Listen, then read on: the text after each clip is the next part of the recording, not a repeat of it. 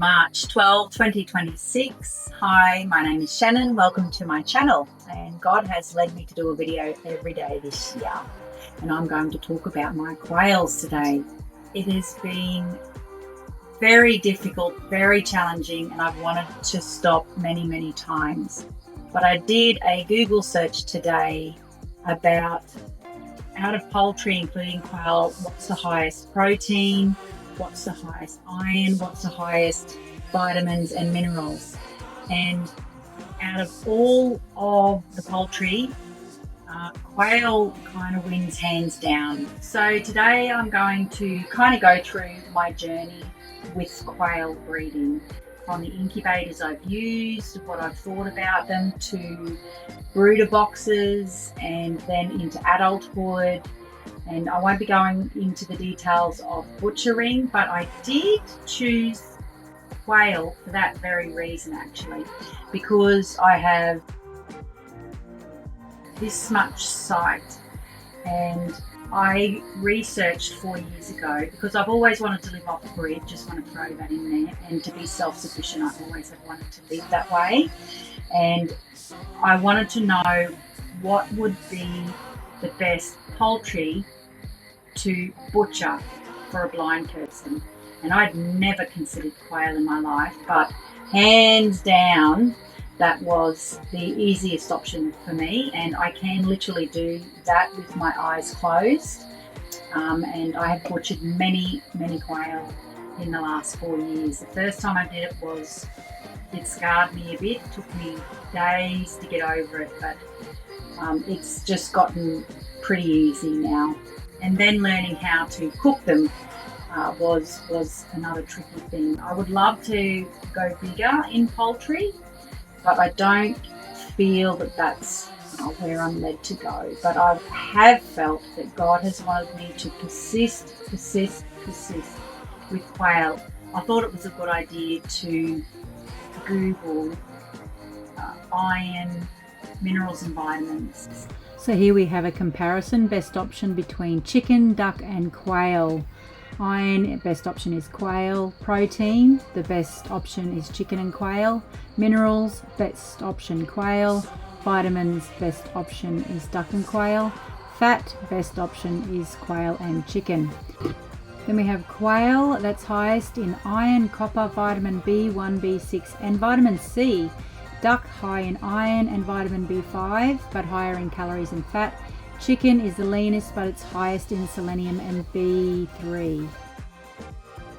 Here we have a nutritional comparison between quail and chicken eggs. You can see protein is slightly higher in quail, iron is double in quail, vitamin B12 is higher in quail, riboflavin double in quail, vitamin A much higher in quail, phosphorus higher in quail, quail higher in total cholesterol, but that's good cholesterol. Let's talk incubators. This was my first one and it just wasn't reliable enough, and the holes were too big for quail eggs, but it did the job. Then I bought a Brooder Lumia 8 and it incubates 32 quail eggs at a time, and I absolutely love this incubator. Then I had to learn how to incubate, and that was a tricky thing in itself, especially with that first incubator. There were a lot of things that I read on the internet, but I can tell you from incubating hundreds of quail over the years that the best way to incubate is what's called a dry incubation. So you add no water to the bottom. In the old incubator, they were saying that you had to have a certain amount of humidity levels in there. And what was happening was I was losing a lot of the quails through drowning.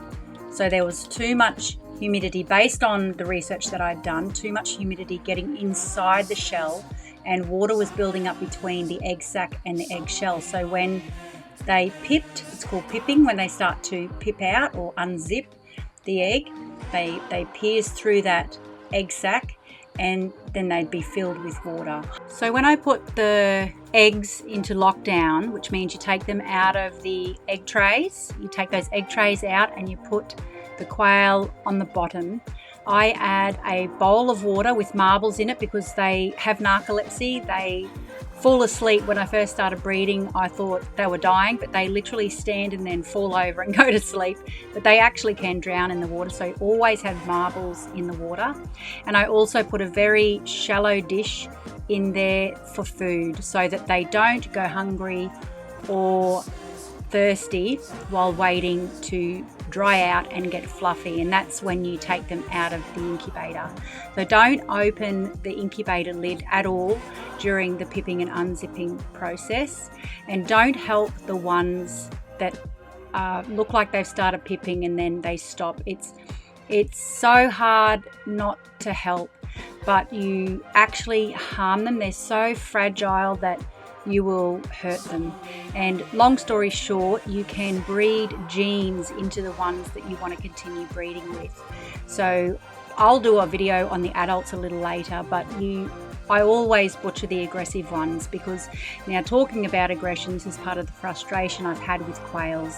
They can be so aggressive, male to male, extremely aggressive, and the old hens to anyone, they are aggressive, and they literally scalp the other quails, and it's horrible. So I butcher the scalped ones, obviously, because that's the nice thing to do. Some people try and wait till they're healed, and I'm not into that. So I put them down, and then I also butcher the aggressor because I don't want those genes in the upcoming baby quails. So then you put them in a brooder box after they come out of the incubator. The brooder box needs to have a heat lamp, and I've found the best thing to use for the brooder box is a newspaper base and then hay on top. And I'll show you how I actually clean my brooder box out using that newspaper and hay base.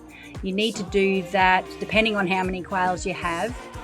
Say you've got 6 to 10, you'll need to do that especially once they're closer to the 3 weeks, you'll need to do that almost every second and third day. So in the brooder box, you'll notice that the quails will start to grow pin feathers, and then you'll see their feathers change colour, and you'll notice that their head is the last bit to get their mature feathers. So once they're around about 3 weeks, that's when you can take them out of the brooder box and put them in the cages that you have for them. I'll talk about the experience I've had with cages in an upcoming video. There's been so many trial and errors in my breeding quail, and just to make my life easy and less frustrating, easier for them, easier for me, I have lots of pointers. So I will be doing a video about that later on, including the feeders and the waterers. So females start to lay between 9 and 12 weeks. Now, if you want consistent laying, they have to be in a sunny spot. They need about 10 or 12 hours of sun a day. Their laying can slow down through the winter.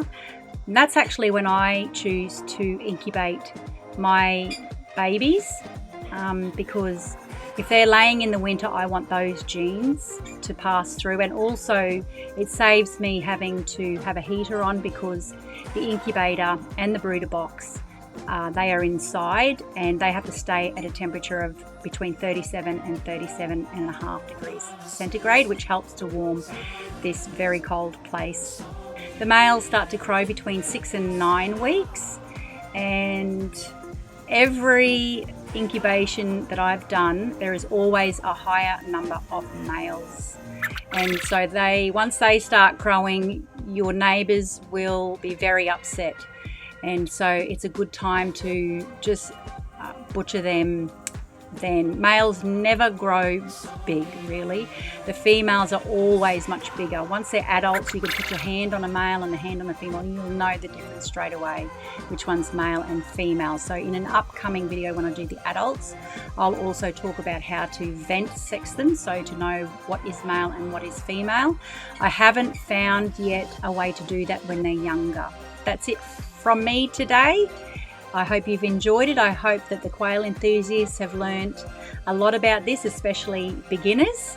And I wish you all the success in breeding. If you have any questions, please put them in the comment section down below and I will answer them as best as I understand from my personal experience. Thanks for watching, and I will see you in another video sometime soon. Okay, let's go.